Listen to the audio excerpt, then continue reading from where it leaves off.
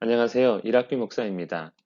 오늘은 창세기 4장 1절에서 15절의 말씀으로 최초의 살인자라고 부르는 가인에 대한 이야기를 나누겠습니다. 에덴에서 쫓겨난 아담과 하와는 가능한 에덴 가까이 살지 않았을까 상상해 봅니다. 왜냐하면 다시 돌아가고 싶은 마음이 가득했기 때문입니다. 이러한 마음이라고 어떻게 단정할 수 있습니까? 아담과 하와의 아들인 가인에게서 엿볼 수 있습니다. 가인의 뜻은 얻음입니다. 여호와로 말미암아 얻었다는 것입니다.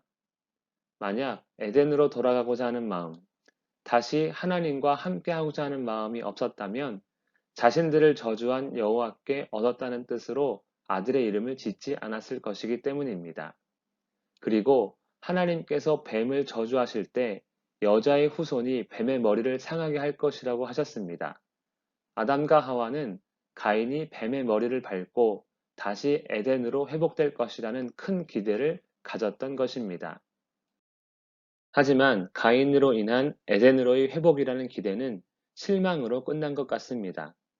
왜냐하면 가인의 동생의 이름을 허무, 슬픔이라는 뜻을 가진 아벨로 지었기 때문입니다. 즉, 가인에게 큰 기대를 품었지만 가인이 자라는 모습을 보니 뱀의 머리를 밟고 에덴으로 돌아가고자 했던 기대가 허무하며 그로 인해 슬프다는 것입니다. 왜냐하면 가인의 모습이 죄 아래에 있는 모습이기 때문입니다. 그럼 죄 아래에 있는 가인은 도대체 어떤 모습이었을까요? 가인과 아벨은 자신들의 수고가 담긴 제물로 하나님께 제사를 드렸습니다.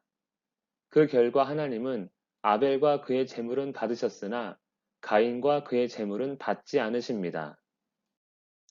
아벨의 제사는 받고 가인의 제사를 받지 않으신 이유가 무엇일까요? 자신의 제사를 받지 않았다고 안색이 변한 가인에게 하나님께서 말씀하십니다.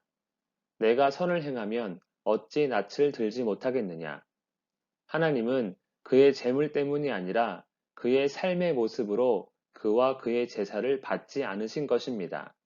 반대로 아벨의 제사를 받았다는 것은 그는 선을 행했다는 의미입니다. 하나님께서 제사를 받느냐 받지 않느냐, 예배를 기뻐하느냐 기뻐하지 않느냐는 제물이나 헌금, 예배당에 모이는가 모이지 않는가의 문제가 아니라 우리의 생활에 하나님의 뜻대로 행하는가에 달려 있는 것입니다. 하나님은 가인에게 말씀하십니다. 선을 행하지 않으면 죄가 너를 지배할 것이니 선을 행하라. 하지만 가인의 모습은 이미 죄의 다스림을 받고 있습니다. 가인이 동생 아벨을 살해합니다. 하나님께 거부당한 일과 아벨에 대한 미움이 그를 죽인 이유가 아닐까 합니다.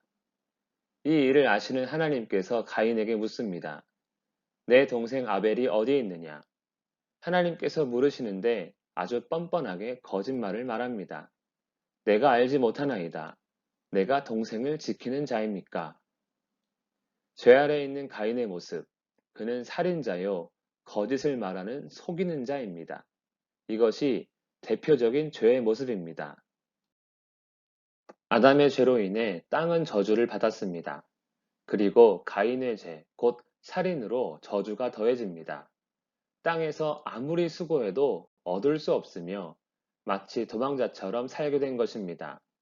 죄 아래에서는 그 어떤 복도 누릴 수 없습니다. 불순종한 아담과 하와에게 가죽옷을 입히신 것처럼 하나님은 자신이 받은 죄의 대가가 너무 크다며 호소하는 가인에게 어떠한 표를 주심으로 사람에게서 죽임을 면하게 하십니다. 이 표가 무엇인지 알 수 없지만 중요한 것은 비록 죄 아래 사람일지라도 하나님의 긍휼하심으로 살아간다는 사실입니다. 마지막으로 이런 질문을 할 수 있습니다. 4장까지의 말씀에 의하면 당시 세상에는 아담과 하와, 가인밖에 없는데 가인은 왜 다른 사람이 자신을 죽일 것이라는 말도 안 되는 걱정을 하느냐입니다. 또한 가인이 결혼한 여자는 어떻게 된 것이냐 할 수 있습니다. 말씀을 보면 아담은 가인과 아벨 이후 계속해서 자녀를 낳았습니다. 그 가운데 한 여자가 가인의 아내가 되었을 것입니다. 가인도 자녀를 낳았습니다. 아담의 아들 셋도 자녀를 낳았습니다. 창세기 4장, 5장을 보면 수백 년 동안 아담에게, 가인에게, 셋에게서 많은 자녀와 자녀의 자녀들, 후손들이 있었습니다. 가인은 자기가 동생 아벨을 죽인 것처럼 자신도 친족들에게 죽임을 당할 수 있다고 여긴 것으로 볼 수 있습니다. 왜냐하면 죄 아래 사람은 살인자요, 속이는 자이기 때문입니다. 사람이 죄를 통제할 수 있다면 얼마나 좋을까요?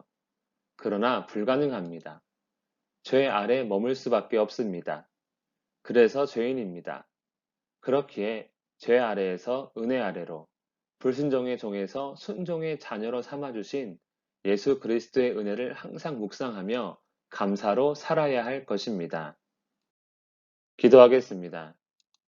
살아계신 하나님 아버지, 죄의 다스림을 받는다는 사실이 얼마나 두려운 일인지 보게 하셨사오니, 오직 예수 그리스도의 구원의 은혜를 기억하며 하나님의 뜻 가운데 선을 행하고 하나님과 동행하는 우리 모두가 되게 하여 주시옵소서. 예수님의 이름으로 기도합니다. 아멘.